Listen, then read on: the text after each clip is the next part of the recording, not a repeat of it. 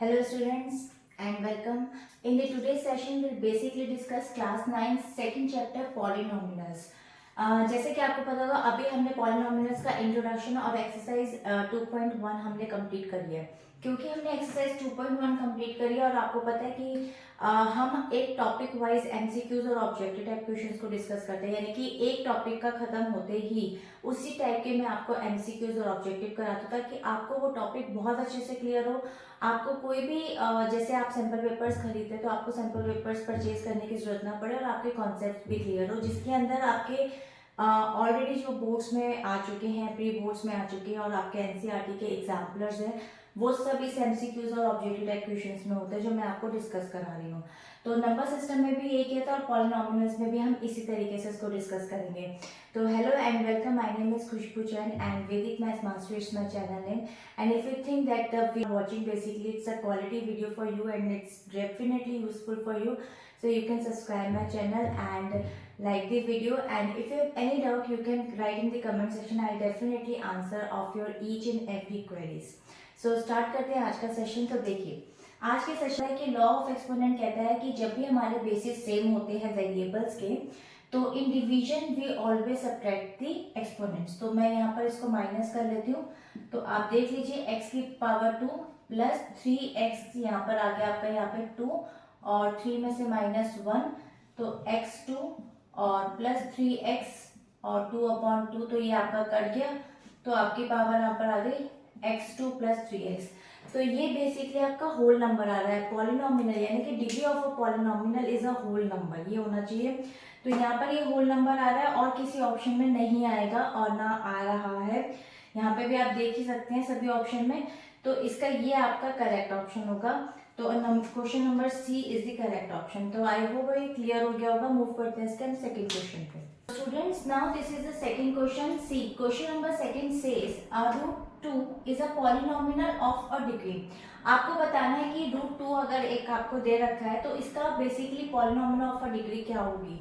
तो देखिए यहाँ पर आपको कोई भी वेरिएबल नहीं दे रखा है, तो अगर आपको वेरिएबल नहीं दे रखा तो आप मानकर चलते हैं कि x की पावर क्योंकि यहाँ पर 0 है तो यानी कि हम इसकी पावर को यहाँ पर 0 ही मानकर चलेंगे। अगर हम वेरिएबल लेते भी हैं तो भी क्योंकि यहाँ पे कोई वेरिएबल या वेरिएबल लेते भी है तो उसकी पावर यहाँ पर 0 ही होगी।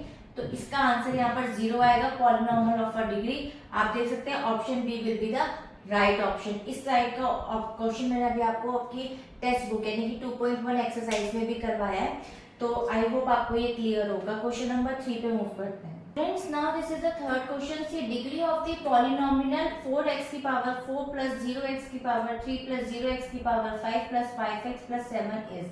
देखिए ऑप्शन आपको दे रखे हैं 4, 5, 3 एंड 7। तो कौन सा करेक्ट ऑप्शन होगा। देखिए highest power of a variable is the degree of a polynomial. ये आप हमेशा याद रखिएगा कि highest power of a variable. तो आप देख सकते हैं कि यहाँ तो ये 0 में का वेरिएबल है तो वो तो 0 बन जाएगा, ठीक है। तो कंसिडर करेंगे इसको। तो हाईएस्ट वेरिएबल जो आपके पास पावर ऑफ अ वेरिएबल आएगा वो है 4। तो 4 will be the correct option degree of a polynomial. And I hope clear हो गया होगा। मूव करते हैं हम इसके नेक्स्ट क्वेश्चन पे। Now this is the fourth question, a very important question. C. Degree of the zero polynomial is 0, 1 या any natural number or not defined. देखिए आपको बात करो आपका इस क्वेश्चन के बारे में, तो आपको पता होगा कि अगर आपका कोई भी पॉलिनोमियल 0 है तो उसका कोफिशिएंट जो होगा उसके वेरिएबल का वो वेरिएबल भी 0 ही होगा, यानी कि उसकी कोफिशिएंट का वेरिएबल भी 0 ही होगा। तो we will not able to determine that the degree of the polynomial is basically not defined. तो इसका ऑप्शन होगा नॉट डिफाइंड, क्योंकि जैसे मैंने अभी आपको बताया कि अगर कोई भी पॉलिनोमियल 0 होता है तो उसका कोफिशिएंट का वेरिएबल भी 0 ही होता है। जैसे कि अभी हमने कुछ क्वेश्चन भी किए थे एनसीईआरटी के एग्जाम्पलर में, तो इस तरीके से ये आपका नॉट डिफाइंड इसका ऑप्शन होगा। एंड आई होप क्लियर हो गया होगा। मूव करते हैं हम इसके नेक्स्ट क्वेश्चन पे। Students now this is the fifth question, very easy question. If P x की वैल्यू आपको दे रखी है यहाँ पर, पी एक्स एक अलजेब्रिक एक्सप्रेशन आपको दे रखा है x² माइनस 2√2x प्लस 1। तो उसने पूछा है कि p की अगर आपको यहाँ पे वैल्यू दे दी जाए यानी कि 2√2 इज इक्वल टू बेसिकली 0, 1, 4√2 और 8 2√2 प्लस 1। तो देखिए इस ऑप्शन को आपको यहाँ पे इस क्वेश्चन को सॉल्व करना पड़ेगा। इसके अंदर में इसकी वैल्यू को पुट कर लेती हूँ, यानी कि x के अंदर मैं वैल्यू को पुट कर लूंगी। तो आपका एल्जेब्रिक एक्सप्रेशन तो है ये आपके पास में, ठीक है। तो मैं यहाँ पर x की वैल्यू को पुट कर लेती हूँ विच इज 2√2। तो आप देखिए 2√2 को मैं यहाँ पे पुट करके यहाँ पे स्क्वायर लगा देती हूँ, -2√2 ऑलरेडी गिवन है और x की वैल्यू आपको 2√2 दे रखी है, वो भी मैं यहाँ पर लगा लेती हूँ और प्लस यहाँ पे लिख देती हूँ 1, ठीक है। अब आपको क्या करना है, सिंपल आपको क्या स्क्वायर दे रखा है तो 2 × 2 स्क्वायर कर देंगे आप 4 हो जाएगा। फिर √2 को भी आप 2 टाइम्स मल्टीप्लाई करेंगे तो √2 × √2 आपका 2 होता है, 4 × 2 आपका हो जाएगा 8, ठीक है। -2 × 2 4 और √2 × √2 2, तो 4 × 2 ये भी हो जाएगा 8 + 1। अब आप चाहें तो 8 को कट कर सकते हैं या फिर 8 + 1 9 करके -8 कर सकते हैं, दोनों में आंसर एक ही आएगा। मैं यहाँ पर आंसर सीधा कर देती हूँ 1 and 1 B option will be the correct option. तो आई होप ये क्लियर हो गया होगा। मूव करते हैं हम इसके 6th क्वेश्चन पे। Friends now this is the 6th question. The value of the polynomial 5x - 4x square plus 3 when x की वैल्यू आपको यहाँ पर दे रखी है -1, तो x की वैल्यू ऑलरेडी आपको यहाँ पर गिवन है -1, तो आपको इस एल्जेब्रिक एक्सप्रेशन में इसकी वैल्यू को पुट करना है। ये वाले क्वेश्चंस बहुत इंपॉर्टेंट होते हैं, बहुत ज्यादा कॉमन भी होते हैं, लेकिन ये पेपर में जरूर इस टाइप के क्वेश्चंस आते हैं, चाहे वो आपको ऑब्जेक्टिव टाइप क्वेश्चंस में आए, शॉर्ट टाइप क्वेश्चंस में आए या फिर एमसीक्यूज में आए। तो देखिए इस क्वेश्चन को मैं फटाफट से यहाँ पर आपके लिए सॉल्व करके दिखाती हूँ। देखिए 5 × आप देख सकते हैं ये आपका एल्जेब्रिक एक्सप्रेशन है -1 और -4 × -1 का आपका हो जाएगा यहाँ पे होल स्क्वायर एंड +3, ठीक है। आपको इतना क्लियर हो गया होगा। 5 × -1 आपका आंसर आ जाएगा -5 और -1 को अगर आप 2 टाइम्स मल्टीप्लाई कर दो तो मल्टीप्लीकेशन में हमेशा अगर आपको 100 तक भी नंबर्स दे रखे और सबके साथ माइनस है तो 100 जो पावर है ना आप उसको कंसीडर कर लीजिए। अगर 100 पावर इवन है तो आंसर आपका प्लस में आएगा मल्टीप्लीकेशन में। अगर आपका पावर यहाँ पर इवन ना होके ऑड है, 99 है और 99 डिजिट्स के साथ माइनस लगा हुआ है तो आपका आंसर माइनस में आएगा। ये एक क्वेश्चन है जो एमसीक्यू में पूछे जाते हैं और स्टूडेंट सम टाइम इसको कंफ्यूज हो जाता है, तो ये मैं आपको बता दिया, ठीक है। तो यहाँ पर भी आंसर -4 ही आएगा क्योंकि ये तो प्लस बन चुका था। फिर आगे आपका +3, -4 और -5 फिर -4 आपका हो जाएगा -9 + 3, आंसर आपका आएगा 6, लेकिन क्योंकि बड़े डिजिट माइनस में तो -6, तो आप देख सकते हैं -6 यहाँ पर ऑप्शन ए, तो option A will be the correct option. Move करते हैं हम इसके नेक्स्ट क्वेश्चन पे। Students now this is the 7th question. See if px आपको वैल्यू दे रखी है x + 3, यहाँ पर जो इसकी वैल्यू दे रखी है वो दे रखी है x की वैल्यू x + 3, देन आपको निकालना है p यानी कि x + p आपको ब्रैकेट में -s = 3 2x 0 ऑप्शन दे रखा है आपको। तो देखिए इस क्वेश्चन को कैसे सॉल्व करना है। सबसे पहले मैं यहाँ पर आपकी फ्रेंड्स मैं यहाँ पर इसको ये लिख देती हूँ, इक्वेशन आपकी जो दे रखी है यहाँ पर, और ताकि आप इसकी वैल्यू इसके अंदर यहाँ पर पुट कर सको। तो आपको सिंपल वैल्यू पुट करनी है x + -x, तो x की वैल्यू दे रखी है x + 3 और उसके बाद आपको यहाँ प्लस दे रखा है -x + 3, राइट, आपको दे रखा। उसके बाद आप क्या करेंगे, सिंपल ब्रैकेट तो खोलेंगे, साथ में साइन देख लेंगे, +- -x और +++3। आप देख सकते हैं कि यहाँ पे x तो कट गया क्योंकि एक प्लस का और एक माइनस का, और 3 और 3 आपका एडिशन हो गया विच इज 6। आप देख सकते हैं यहाँ पे ऑप्शन डी में 6 ऑप्शन दे रखा है, तो option D will be the correct option. Move करते हैं हम इसके नेक्स्ट क्वेश्चन पे। Now this is the 8th question. C 0 of the 0 polynomial, 0 of the 0 polynomial is, option is 0 1 और एनी रियल नंबर और नॉट डिफाइंड। देखिए explanation में आप इस तरीके से इसको लिख सकते हैं कि इन 0 पॉलिनोमियल, लाइक इस तरीके से 0 जो आपका पॉलिनोमियल है यानी कि कोई भी, तो x - k, ठीक है, x - k, तो आपको पता होगा कि k यहाँ पर आपका कोई भी एक रियल नंबर हो सकता है उस केस में, where k is a real number. So for determining the 0 of the given polynomial, 0 of the given polynomial x minus k is equal to 0.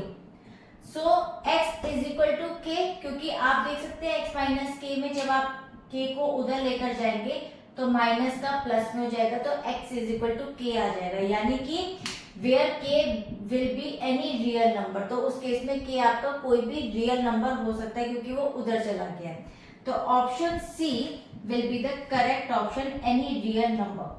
I hope आपको ये क्लियर हो गया होगा। ये मैंने इसलिए लिखा है आपको एक्सप्लेनेशन में आसानी हो कि आप इसको नोट डाउन कर सकते हैं अपने रजिस्टर में, क्योंकि ये क्वेश्चन बहुत इंपॉर्टेंट है। समटाइम इस तरह के एक्सप्लेनेशन देने के बाद आप इस क्वेश्चन को 2 नंबर का भी आपके पेपर में आ सकता है। तो होप ये क्लियर हो गया होगा। मूव करते हैं हम इसके नेक्स्ट क्वेश्चन पे। Friends, now this is the question number 9। Zero of the polynomial px की वैल्यू आपको यहाँ दे रखी है is equal to 2x plus 5।